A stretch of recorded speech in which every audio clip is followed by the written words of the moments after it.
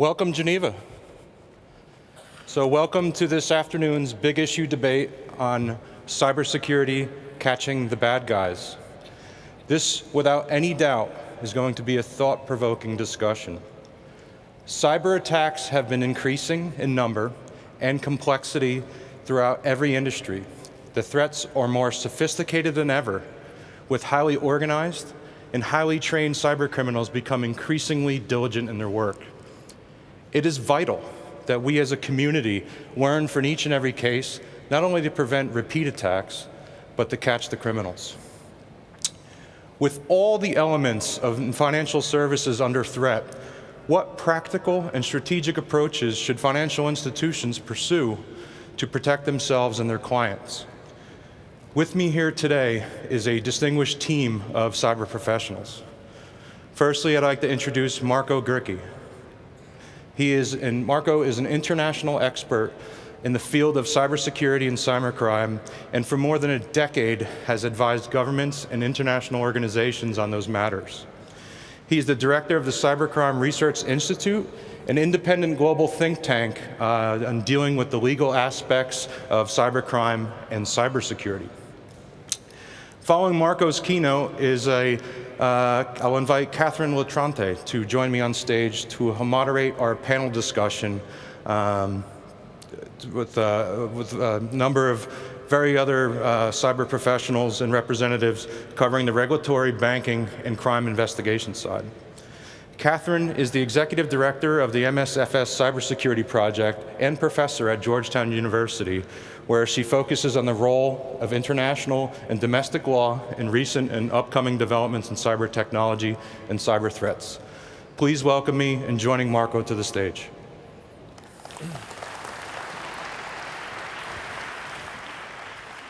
Craig, thank you very much. I had exactly 15 minutes to introduce the topic. And I remember in the old days it was really difficult. I first had to convince you to stay in the room because cybersecurity is an issue.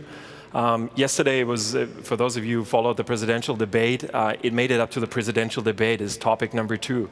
They were discussing cyber risk. So in general, we don't need to discuss this anymore. And I could now right away jump into PowerPoint and show you slides of the development of crime, the losses, present those trillion numbers to you. But I want to take a completely different approach because I don't really believe that those numbers will help you to estimate your own risk, to understand your risk. If it hits your neighbor, it doesn't mean it's going to hit you. So how can we really look into what we need to do? What does everybody need to do? And I would like to start it a completely different way, no slides. I'd like to pick up the topic presented in the Cybers issue today. And one of the questions raised to you was, would you trust an artificial intelligence to take financial decisions for you about your investment? That was a provocative question. I guess a lot of people would say, no way. Why would I trust a machine? And my answer is, of course. I mean, why would you not trust the machine? Who else would you trust? And a lot of you will say, my investment banker, he's the guy. But he might be drunk on Sunday and had a bad day on Monday and then calls you to talk to you about an investment. So how can you be sure that he's a better advisor? And in general, we can say humans are still much better when it comes to emotions. You can hack a human and you get a nice word. But when it comes to ratio, when it comes to facts, they're much better. And I have to learn it the hard way. And I'd like to speak about some positive developments in the beginning before I speak about some of the challenges that we all discussed then. One of the things I'm doing is I'm a negotiator for governments. So when a government is negotiating an agreement, sometimes with other nations, sometimes with private entities, they hire negotiators, and you're sitting in a room full of people, and you get a briefing, like in the old days. They're telling you, okay, this is your opponent, these are the details. Sometimes when he's nervous, you can see it in his eye, or his hands are shaking, all of those things. And then you're negotiating. And pretty recently, a lot of me and a lot of colleagues, to be precise, 12 colleagues, were called into a room by a startup. They said they hire us for one day to negotiate a trade agreement 6 versus 6. We were sitting in this room, and we had 12 hours to negotiate a text for a short agreement and come up with a figure. It was about trade. They just wanted to have a price. We had to negotiate the price. So for 12 hours, we were sitting there and had rough debates, and we were wondering, why do they not pay attention to us? Why is there nobody sitting next to us and taking notes? And at the end of the 12 hours, we handed over the agreement and the price, and they basically wanted to turn around and leave. So we all said, hey, you know what? What's the deal? What was the story here? And they said, okay, good, fair enough. We're going to show you what we wanted to do. We're going to now let 2 artificial intelligence do the same task that you just did in 12 hours, and it cost us a fortune. So let's see what the artificial intelligence does. And in less than 1 second, it negotiated an agreement that was word by word, almost the same. It was almost identical to what we came up with. Well, negotiating trade agreements is not rocket science. That's something where you find a lot of similar clauses in those agreements, and it almost had the same price. In one clause, it was even better than we made a mistake. That can even happen when you have 12 people around the table. That means it shows you that already at this stage, artificial intelligence can substitute negotiators. It can substitute lawyers. I've drafted many laws for governments, and they might hire me because I have a track record in drafting legislation. And I might know 100 laws related to cybercrime. Well, if I have to compete with artificial intelligence that knows 1,000 draft laws, that knows any clause in a cybercrime law that has ever been taken to court and challenged, well, who would you ask to draft that law? Would you ask a professor, or would you ask the machine? In the past, we didn't need to ask those questions. And therefore, cybersecurity was an issue because of automation, because we're using it in our administration. But in the future, with this development of artificial intelligence, we will see an increase in dependencies on those machines. We see that the machines are beating the humans in chess. That's old story. Okay, that's brute force. They know all combinations. But the machines are beating humans now in Go, a way more complex game for those of you who play it. And we are of the firm opinion that right now we don't have the computer capacities to run a brute force attack, basically, in playing Go, and run against a human by simply knowing all combinations. And if you just follow this development, a machine beating a human professional in Go, you will see that the machine was playing certain moves that have never been recorded before. The machines invented things. We see it with regard to self-driving cars. Don't be irritated by an accident of a self-driving car. There is currently no self-driving car on the street. There are systems that support humans in driving a car, and I can tell you, speaking, for example, to somebody who developed such self-driving car for one of the leading technology companies, his wife was insisting that the self-driving car that they took out for test purposes would drive instead of him, because she said it's driving much more smooth than you would ever do. Well, he was a German. He felt personally offended by this. But in general, it's true. The machines are better with regard to certain tasks. And we should not try to compete with the machines in those areas. We are only going to lose. If you're set up yourself, there is no chance to win. It's going to be the same with regard to robots. There will be space for us left. I mean, the typical question that ministers would now ask when I'm advising them on these developments, they would say, okay, is there going to be a fight humans against machine? That's this Terminator idea that the machines would simply decide we can get rid of all humans. And maybe seen from an analytical point of view, that's correct. If you look at the Earth and you look at the species covering it and digging around in the ground and polluting it, it might be a wise idea to get rid of mankind. But I'm always trying to explain that artificial intelligence, especially when you combine it with robots, is not limited to this planet. We can send artificial intelligence to Mars. We can install a relay station on Mars with a 3D printer, and we can transmit information that basically contain the artificial intelligence to Mars with light speed, while we as humans would have to travel a year to get there. We're bound to this planet. We're bound to our body. We cannot evolve quickly. We cannot adapt. We cannot improve fast. But artificial intelligence can, and therefore there will be implications for everybody in this room, whether you use it at home or whether you use services where they're already using artificial intelligence. And of course, trading already uses artificial intelligence.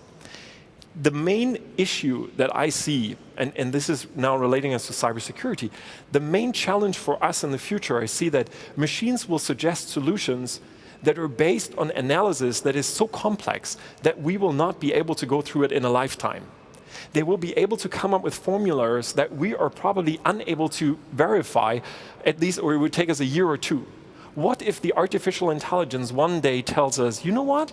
The ultimate solution to global warming is to release a certain gas. Combine a certain gas, release it into the atmosphere, and global warming will be passed. Well, the question is, will we trust the decision taken by the machine, the suggestion? And we will have to trust on that. And this is leading us to one of the biggest challenges of cybersecurity. We're depending on this technology already now. And therefore, attacks become more severe.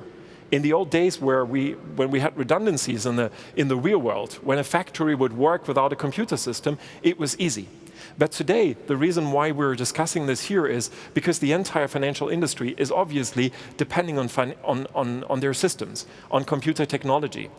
And when I'm looking into the attacks that are carried out, the very sophisticated attacks that are carried out these days, are not necessary to shut down your server.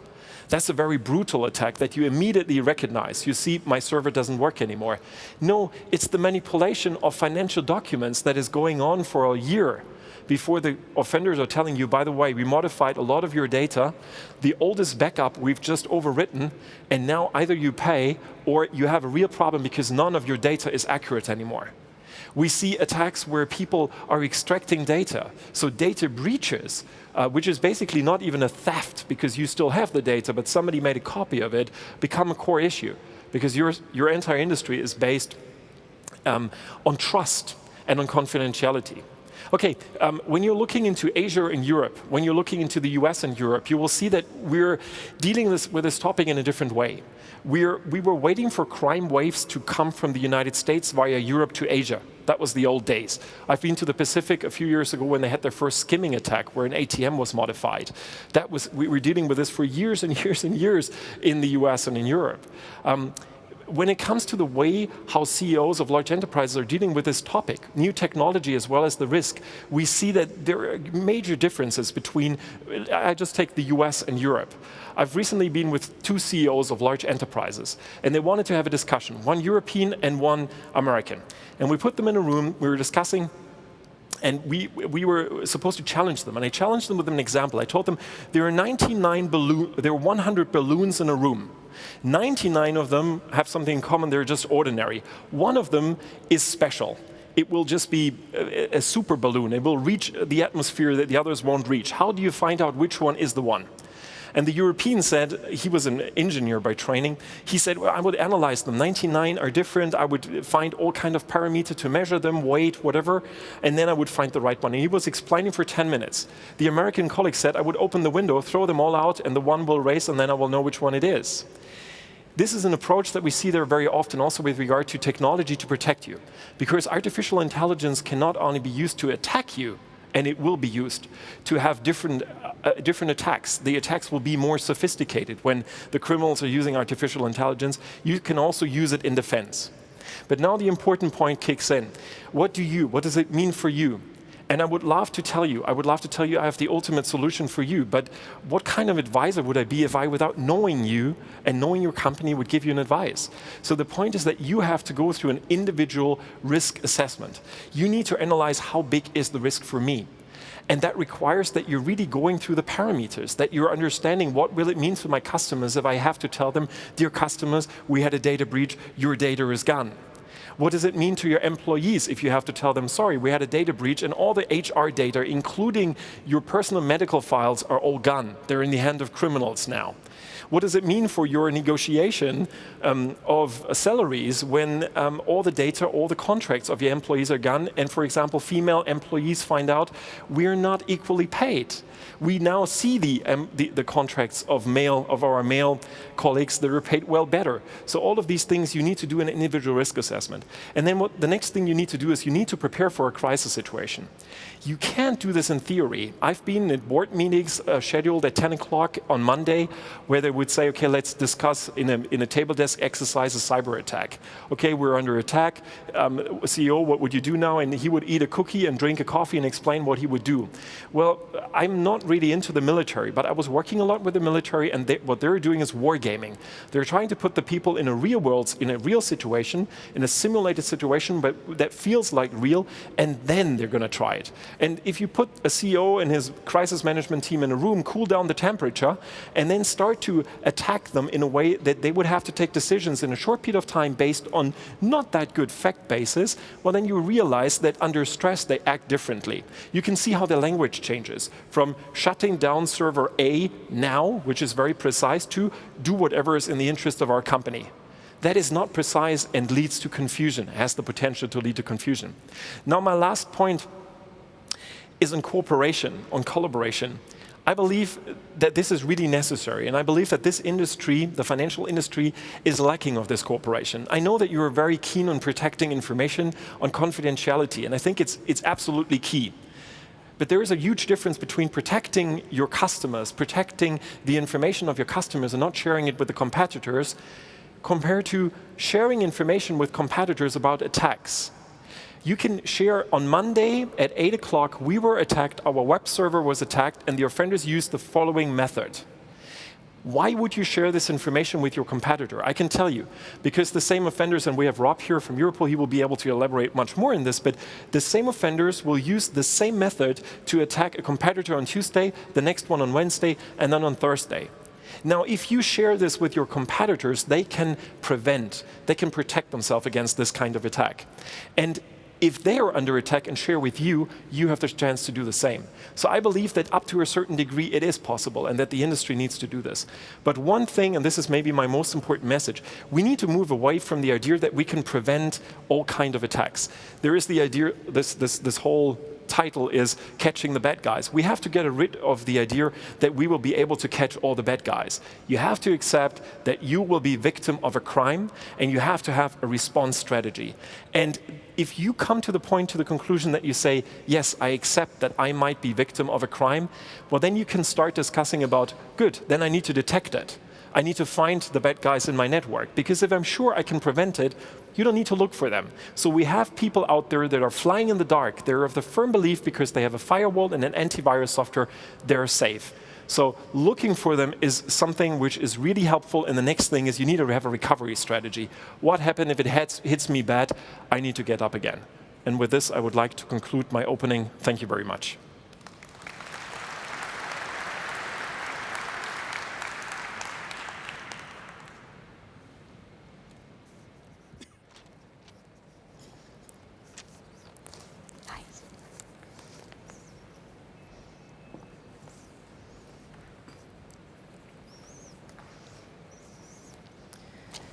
Welcome. Good afternoon. Thank you for joining us on this discussion that we'll have now on cybersecurity, catching the bad guys. As Craig mentioned, I'm Catherine, and I'm from Georgetown University. I'd like to take a moment just to introduce the panelists. I'll be facilitating the discussion today amongst the panelists. First to my left is Marco Gurki. He's the director of the Cybercrime Research Institute. To his left, Sherry Maguire, the Group Chief Information Security Officer at Standard Chartered Bank. Next is Rob Wainwright, who's the Director of Europol. And at the end is Shondin Sinha, who's the Executive Director of the Reserve Bank of India. Thank you for spending some time with us. Marco, if I could just jump in with you and ask you the first question, and I'm going to bounce it around with the rest of the panelists as well. So it's clear that banks and financial institutions single-handedly cannot prevent all of these threats from cyber attacks. Some analysts have discussed the mitigation or preventing of these attacks and the need to have a collaborative relationship, one that's proactive and based on the premise of information sharing, which you mentioned.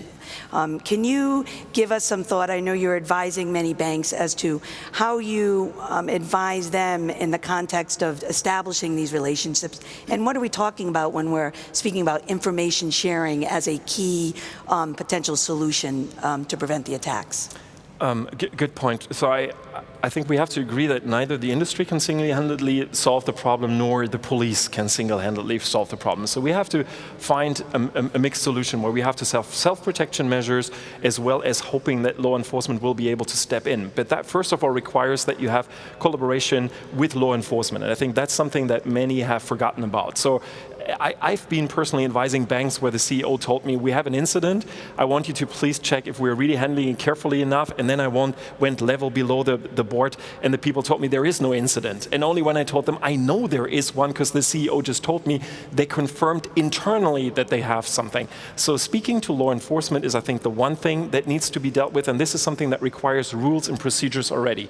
So you need to get in contact with them before the incident happens, discuss with them what are the procedures, who is responsible for me, and so on. And the second thing is, and that was raised as a question this morning by somebody, he asked me, so can you please tell me how can we protect our information? How can we make sure they don't leak?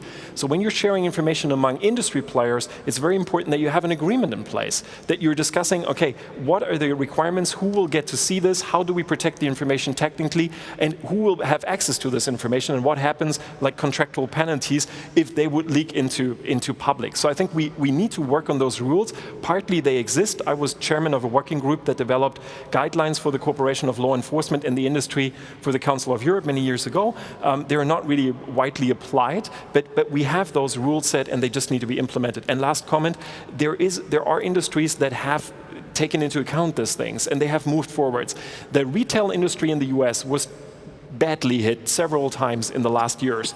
And they have come together and created a group where they exchange those information. And I know that large enterprises in various countries are doing the same. They're meeting very often on the CIO level and then exchange technical information as well.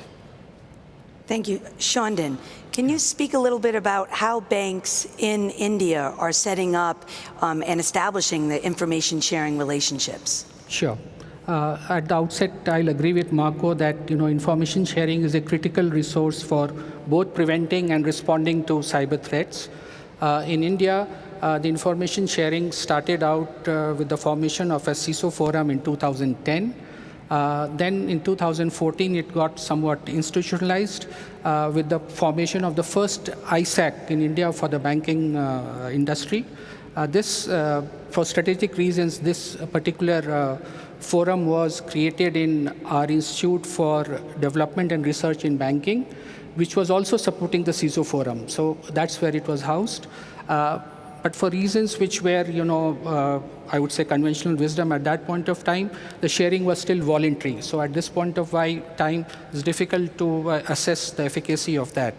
Also, perhaps this was due to the fact that, cyber incidents were, few and far between, and the presumption being that the industry could sort this problem out itself. Of course, we all know that things have changed in the recent past. The Reserve Bank, as the regulator, has now mandated compulsory sharing of information immediately with both the regulator and with the Indian ISAC, which is called the IB-CART, Center for Assessment of Risk and Threats, immediately. And even the ones which are suspected incidents and which have not materialized, they also have to be reported and acted upon. Going forward, we think that this repository of information would be leveraged to provide both guidance to the banks and minimize the threats as they emerge going forward. Thank you, Shandon. Rob, might you be able to talk about some of the successful cases at Europol that you've been involved in and the ingredients for success as it pertains to the information sharing element and the relationship building? Well, I think the biggest success actually is the transformation of attitudes within the financial services industry. What Marco was saying, whereas in the past a fear of sharing perhaps with one's competitors, we see a much more enterprising culture now. We've been able to leverage that at Europol, at our European Cybercrime Center, where we've brought dozens, almost 100 different partners from the law enforcement domain, not just in Europe, a heavy investment from the United States, for example, from the banking industry, internet security, and the tech firms as well. And assembling, the brain power, the technical capability of that in a very enterprising way to do actually only what the criminals are doing themselves in the darknet area, a very enterprising underground cyber criminal economy that is trading in cyber tools and services every day, They're moving very quickly, and it allows us, I think, on the other side, if we assemble this platform of collaboration, to respond more quickly. So we've taken down, between us at Europol, between our partners, we've taken down perhaps some of the most significant malware attacks against the banking industry. We've managed to stop denial of service attacks, which even in the last year, the speed and range of those, the velocity of those have gone up by 5-fold. And we've been able to do that through collaboration, through intelligence sharing, so that as a community we understand much better where the new threats are coming from and how they're operating. That between us we share our ability to innovate in order that our response measures become more sophisticated as well. And as Marco said at the very start, in terms of protecting the financial service industry, you raise the common standards of the threat defense barriers, and I think that's been the main learning lessons for us. Thank you, Rob. Sherry, in your experience at a private bank, what makes for successful information sharing when we speak about the public-private partnerships? Yeah, so I'm new to the bank. I've been in this role now for 3 months, but I have a long history in the information sharing community, particularly in the IT sector and working with other industries. There's a couple key foundational elements, and I think, Rob, you said it right, that there has been a significant mindset shift, excuse me, over the last couple of years. There's been a real recognition that cyber defense, cybersecurity is a global team sport, and that goes not just for the attackers, but also the defenders. And so we really do have to work together, recognizing that this is not a competitive differentiator, that this is something that we need to come together on to provide those defenses. We're seeing a couple of new models actually emerging on the industry side. One of those is the Cyber Defense Alliance, which is an organization, excuse me, an organization that was founded in the last year by 4 banks, Standard Chartered, Barclays, Deutsche Bank, and Santander, and other banks are joining us. But moving beyond just information sharing, the intent there is to actually work with our government counterparts to help build the cases for the law enforcement side of the equation so that we can create real deterrence in going after the cyber criminal. That's a challenge today, I think, that we face globally, is that deterrence factor. And then the second partnership that I'll mention is one that was recently announced by SWIFT, which is the SWIFT Customer Security Program, which goes also into promoting information sharing amongst the financial institutions, but also goes beyond that with establishing standards, establishing third-party certifications and partnerships, developing audit regimes, extending SWIFT's security tools to the customers at other banks such as ours. So that's also another model that is going beyond just the information sharing, because we do have to begin to extend this model if we want to truly be more successful in this space. So Sherry, you just gave us some examples of 2 of the models that are emerging, and many, maybe more. What are some of the challenges, though, that you've seen at a private bank when it comes to sharing information, whether between your peers or with governments? What are some of the toughest challenges that you face? Yeah, so I think the privacy question is not trivial, not inconsequential. It is a significant issue for all of us in the private sector, whether it's the regulatory requirements that we are keeping our customers' information confidential, whether it is PII protections under data protection regulations or privacy directives. Those are significant regulatory burdens that we must meet as global banks. However, there are some things that we can put into place to enable these kinds of information sharing partnerships, confidentiality agreements, requirements to strip PII from data that is shared, ensuring that we have non-disclosure agreements in place in the event that some PII is traded. And lastly, our ability to ensure that our customers that we don't lose the trust factor with our customers. They have to be able to feel that when they bank with us and that when they conduct financial transactions with us, that their information is going to be held confidential. And so it's a difficult balance to strike, but it is something that you have to address in these kinds of partnerships.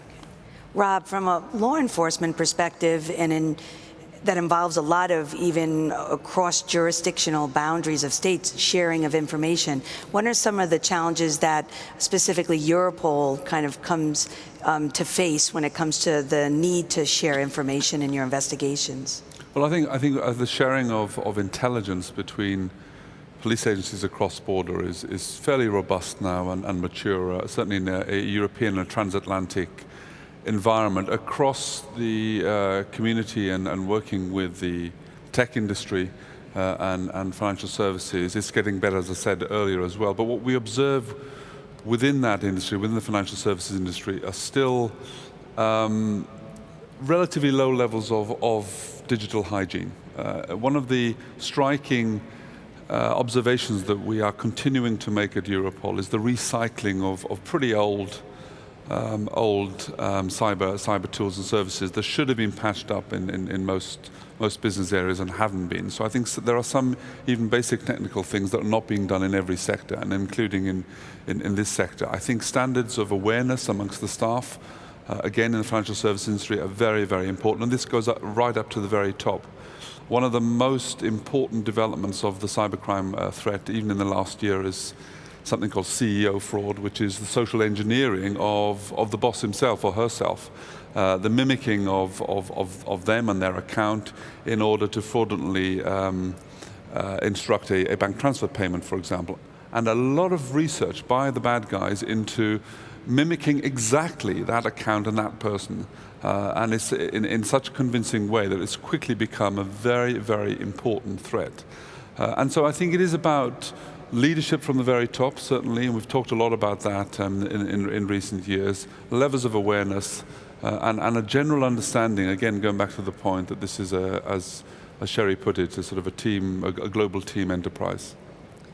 Marco, I'm going to come back to you on a tough question related to information sharing, and that is something you mentioned in your talk when you compared U.S. versus European approaches with respect to regulatory issues. Where are we now with the process of harmonizing these different regulatory approaches among the nations, and where would you hope we would get at? Okay, that's really a tough question, and I was very much involved in this development of the approach to try to harmonize legislation just on something very fundamental. Let's take cybercrime, that we have the same laws all around the world, because it doesn't make sense to fight something where the offenders can virtually be based anywhere and attack anyone. If you don't have the same laws, you really have a problem. In criminal law, if you ask for extradition of national, the extradition request would require that there's dual criminality. Both countries criminalize the same. So I think it would be very easy, or I thought many years ago, it would be very easy that we agree on the same principles. But unfortunately, this is a very political and very diplomatic issue. In 2005, the UN tried, especially the smaller countries, tried to come up with a UN convention on this topic. The big countries kicked it out. In 2010, the same game. The countries said, come on, let's harmonize this now.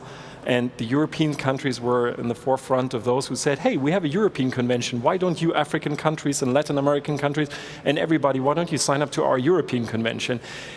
Well, working with those countries, I would love to see the Europeans sign up for an African convention. Before this does not happen, I don't really see much chance for the other way around. But however, we are not there by far. And there are national interests, there are regional interests, there are organizational interests that have stopped this. And this is really a pity because it makes it a bit difficult. However, when you look into the work of the EC3, the European Cybercrime Center, and I have the pleasure of being one of their scientific advisors, they are, despite these obstacles, able to do it. So it doesn't mean that there is no cooperation, that this is not possible, but it would be definitely much easier. And the same would be if we would have the same standards when it comes to, for example, the exchange of information. Which information can be exchanged? How can we trade them? But if I'm looking into the situation in Europe, Just take TTIP as an example in the discussion about harmonization of standards. The European position, the position of the Republican candidate, it's very difficult to see that we're really getting much advancement in this regard in the future. I see more national solutions, and that makes it very difficult for a global industry and for globally acting businesses. So even though we may not get there anytime soon, I think one of your points is that you can still share that information through the process that we have today. So it's not all bad news. No, it's not all bad news, but in general, what is happening right now is a lot of informal sharing of information. And I'm not a believer in this. I think we should have a more formal way, but that's difficult. That's difficult to reach. So I'm not too optimistic in this regard that we reach it anytime soon. There will always be ways around. But I mean, we're all using the same technical standard. If you as a country decide we're not participating in TCP/IP, the protocol for the internet, anymore, well, then you're out. So we were not able to agree on the same legal standard for an environment that has one technical standard, and that's very sad. So, Rob, part of catching the bad guys in this cyber context involves tracking the illicit funds. So without the ability to do that, it makes getting the bad guys quite difficult. Through the work at Europol, how do you go about doing that? How can you track and work with others to follow the money trail? Well, I think we're lucky in that we have a very robust, well-developed set of anti-money laundering measures and regulations that have been in this community for many, many years, a lot longer, by the way, than our job now to try and stop the cybersecurity threat. And it works very well. And it is a model, I think, of partnership and collaboration that we could usefully follow. It's important, of course, because you can, when you follow the money and stop the money, you hit the bad guys where it really hurts in their pockets. But it's also very important, especially in the counter-terrorist sense, because very often the financial trail will identify the contacts and activities of the bad guys involved. So I can't stress highly enough how important it is as an investigative tool. For it to work, however, of course, there has to be more than just regulatory compliance. There has to be a genuine partnership between the financial service industry and law enforcement. That needs to work across banks so that the police have the ability to track the movement of funds between different accounts and different banks. So one of the bare minimums we should have, which we don't have in every country, is a national central register of bank accounts, for example, and that's something that we've been calling for a while. And then, of course, not just across banks, but across borders as well. And so at Europol, again, in a similar way to cyber, we're putting in place platforms for effective information sharing, especially in regard to the handling of suspicious financial transactions on a global scale. And the same lessons apply. Once you do that on a collaborative basis, once you can optimize the intelligence and the skills and awareness of an interconnected community, you really do get some powerful leverage to deal with the problems involved. Marco, when we see the growth and increased use of automated payment systems, how does that raise a challenge or make this process of tracking illicit funds more challenging or more difficult? How do you advise your clients and organizations how to handle that? I think let me broaden this up a little bit. When you spoke about automated systems, I mean, we're using ATMs, and that's kind of an automation already. We're using e-bank, electronic banking, but if you see that there is a more diverse landscape right now, we see that this industry that challenged, for example, the taxi industry by taking out the intermediaries, that challenged the hotel business by coming up with private rented of apartments, that these same players are now challenging the financial industry. We see that there is a more diverse picture when it comes to who are the different players. And I guess Rob will agree that these introduction of new payment systems, like anonymous payment systems, are a challenge because all those approaches that we're undertaking are based on centralized systems, are based on players that accept the rules. And so far, the finance industry is bound by strict rules. You're one of the heaviest regulated industries in the world, and it works in this framework. But as soon as there are players outside of this who do not feel bound by the rules, it's getting very difficult. And there it is also difficult to work with those partners and detect suspicious transactions. I mean, there are serious players out in the market who want to challenge the finance industry in the next years, who are now developing products that do not even know that there is a principle of know your customer. They have never heard of this. They never heard of the anti-terrorism and terrorist financing legislation. They have no idea what they don't implement this by design, but design products which are very easy to use, and they are not creating big cost. But the reason why we have certain cost in the financial sector is because we are applying this legislation and regulations. And therefore, I think that the challenge will be that we're not working in a harmonized environment anymore where everybody's using similar services. Just take SWIFT, they're all going through one service, but all of a sudden we have a very diverse system where they're not compatible anymore, and then it will be more difficult to detect something. Maybe there is something non-suspicious, but just slightly suspicious in one network and something slightly suspicious in another one. If you have all the figures together, you can say there is something terribly wrong here. But because it's separated, there might be an analog bridge where things are sent out via fax. It's really difficult. That's the threat of the future. So before we have to break, one topic I wanted to leave the audience with is a discussion of some best practices that everyone can kind of think about and take to heart and bring back to their own enterprise and think about incorporating. It used to be that most of the focus on security was about network security. And now today, the focus is on, well, since we know that that network won't always be able to be protected in its entirety, the focus has now moved to your data and protection of your data, or data management.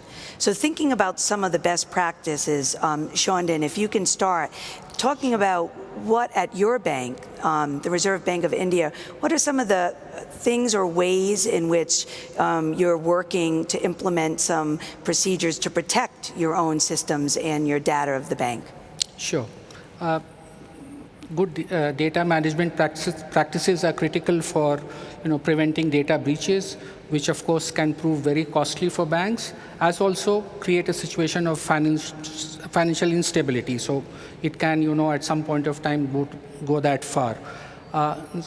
In this area, I think we have moved on multiple fronts.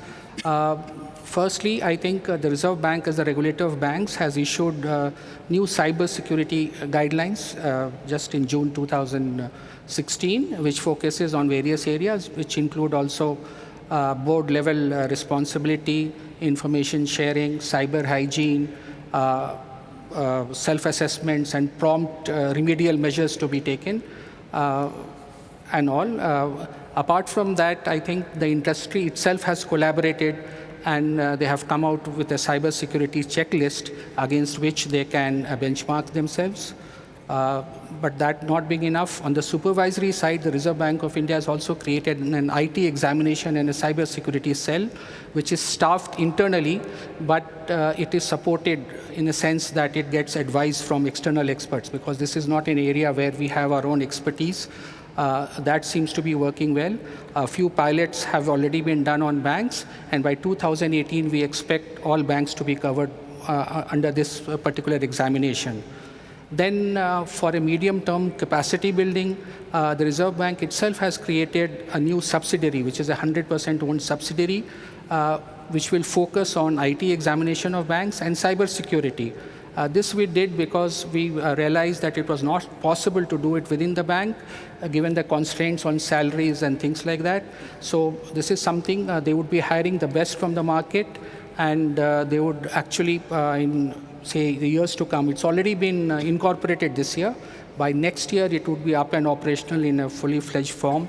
And we think that we need that kind of a institution today, because these are the kind of challenges which will be manifold as we progress ahead. Sherry, can you jump in and talk about some of the best practices that your bank is kind of incorporating and suggesting and recommending to others in the industry as well? I think ultimately it comes down to the age-old three legs of the stool, and it's not new for those of us in the security profession, which is, excuse me, it's people, process, and technology. And you've got to focus equally on each one of those, otherwise the stool gets wobbly or falls over. excuse me. So the important thing is that you've got to start with the basics. I think there's been studies out there, lots of studies that say 85% of breaches can be prevented via basic cyber hygiene practices. Things like making sure your data is encrypted at rest and in motion, having your patches up to date, having modern security software, having a data loss prevention or protection program in place. Those are the kinds of things that, strong credentials and passwords, really basic cyber hygiene things. I think most of us in this industry, because either we're required to or we are now because of the threat, are doing most of those things. But we're still seeing attacks and we're still seeing breaches in the industry. So the recognition has to come in that we can't prevent every single breach from occurring. Therefore, it's time to start shifting the mindset, which is now it's about the data. It's not about necessarily just the systems and the applications. Still need to protect those, of course, but it's more focusing on the actual data, the crown jewels of what is most important for your business, for your customers, and how are you going to protect that. Having good information and data classification processes and governance within your financial institution are critical to being able to ensure that you're protecting the right things and in the right way. The other part of it is that if, in fact, you do suffer a breach, you've got to ensure that you've got the right response and recovery practices in place. This is an area that many organizations, they'll have good technology, they'll have good awareness training, but sometimes on the recovery and the response piece, that sometimes doesn't get the focus. And that's got to start at the board level and the C-suite and work its way all the way down through all of your supporting functions, whether it's HR or legal, all of those that, and PR, all of those pieces that would be engaged in the response and recovery, and of course your technical folks and your frontline business function folks as well. But that part of it's also got to be a big part of your overall data protection strategy and plan. Rob, from a law enforcement perspective, when we speak about data management and protection of data, what are some of the guidelines or best practices that you've seen, maybe in different countries with different organizations, that are most effective when it comes to protecting that data? Yeah, well, first, that you have to make information security in the business of data security a mainstream corporate issue in a way that it hasn't always been. And that's a leadership test, I think, for the C-suite of most companies. Recognizing this is not a part-time hobby that you might do at the end of the day or on the weekend. And that means also the people who are responsible for it, like Sherry is in her bank, they understand, I think, that they have to know the whole business, the context within which securing that data is important for the whole business. So it's no longer a compartmentalized part of the business, it's something that reaches across. So as Sherry says, knowing the value of data, the importance of data, knowing what data you even have, and protecting the most sensitive parts of that at all costs, I think. The second point that I think I would make is the value of threat intelligence. And we've talked a little bit already about making sure banks share that between themselves and across borders. But I also think this is an internal issue for banks, actually. I see some of the most progressive thinking in the banking industry here, those that are recognizing the very important linkages in securing your data with what they're doing on the anti-money laundering space, on combating financial crime, terrorist financing, because in the end, some of the actors are the same, and the means by which you identify their motives, the means by which you respond to them are the same as well. So a bit of forward thinking internally about maximizing the awareness and the data you already have in different pools of your bank, which is very challenging at some of the largest corporate banks in the world, but for my money is the way to go. So have you seen and through the law enforcement investigations, so some countries have quite capable foreign intelligence organizations where using those abilities, they can get the cyber threat indicators and then share them. Are you seeing this still within just certain countries, or is this a growing trend that you see governments actually getting better at using their intelligence capabilities to identify the threat indicators and then passing it on to the private entities like banks? Yeah, I mean, there are ISAC arrangements, as we've been hearing, in many parts of the world that have worked very well. The European Banking Federation has a similar enterprise. Europol itself is an example of where intelligence generated in the law enforcement domain is being shared on quite a extensive basis with the financial services industry, and the same in reverse as well. Then there are, of course, large other parts of the world which are obvious, and I don't need to name, where that is much less the case. And that's where many of the cybersecurity problems that we have tend to originate from. So it's not a uniform coverage across the world, of course not, and yet this is a global problem that we're dealing with, and we know that so many of the threat actors operating here in Europe or here in another part of the world are operating from a different jurisdiction. And the challenges for law enforcement of jurisdictional reach to those actors are of course, very, very significant.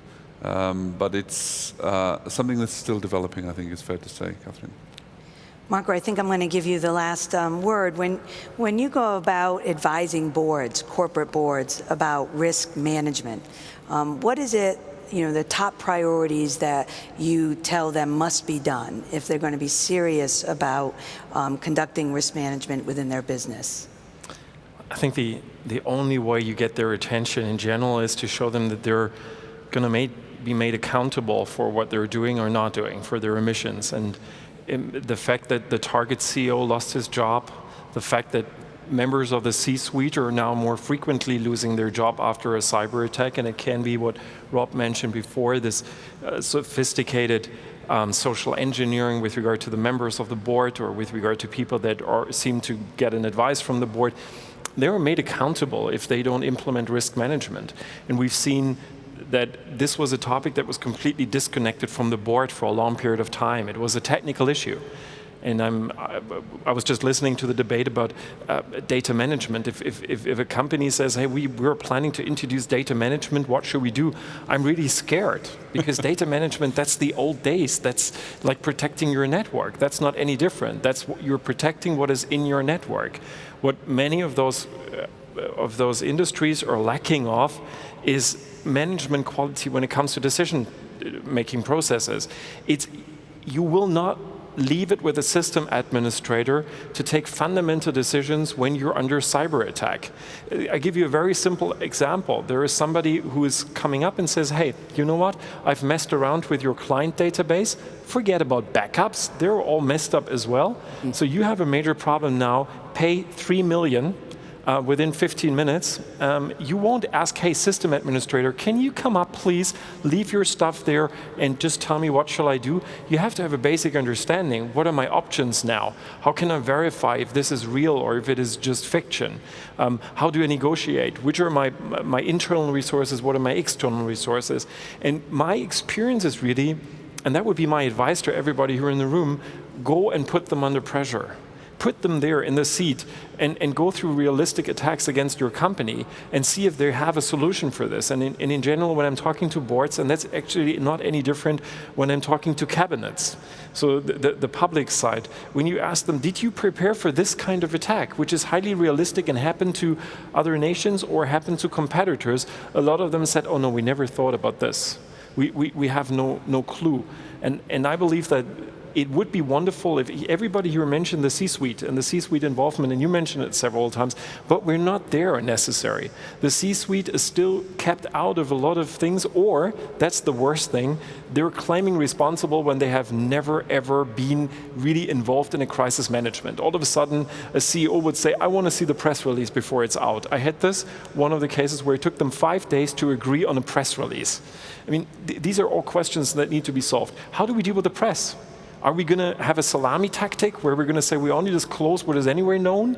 Or are we going to be completely open in a situation where we don't have any information and anything we share could be wrong? So I believe it's really important to get their involvement. I might say it because these are the people I'm working with and that's the focus of my work. But I would really encourage you, I see this as one of the weakest points, not necessarily the technology. It's getting better and better, especially in the finance industry. Not necessarily the awareness raising with regard to don't share your password, change it. But I think we need to move on and need to get the top management involved because they're making fundamental mistakes that you cannot correct with technology. And by the way, no insurance in the world can cover what some of those folks up there decided on the spot would be the right solution in a cyber attack situation. Okay, any last comments? Because we do actually have a few minutes, surprisingly, on time, done early, from any of the panelists who might want to add something, if I've brushed over something too quickly.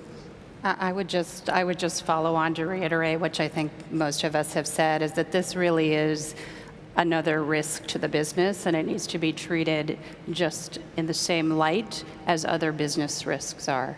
So this is no longer just a technical issue that the technical team or the security team focuses on. This is something that everyone in the organization has a role to play in. And it really is a risk management issue. Cybersecurity is everyone's responsibility inside of the organization, and we all have a role to play in that. And I think that would be my fundamental lead behind. Rob, any last thoughts? Just reflecting on what Marco said, he used an example, real-world example, by the way, of what is maybe the #1 threat to the banking industry at the moment, which is so-called ransomware, cryptoware.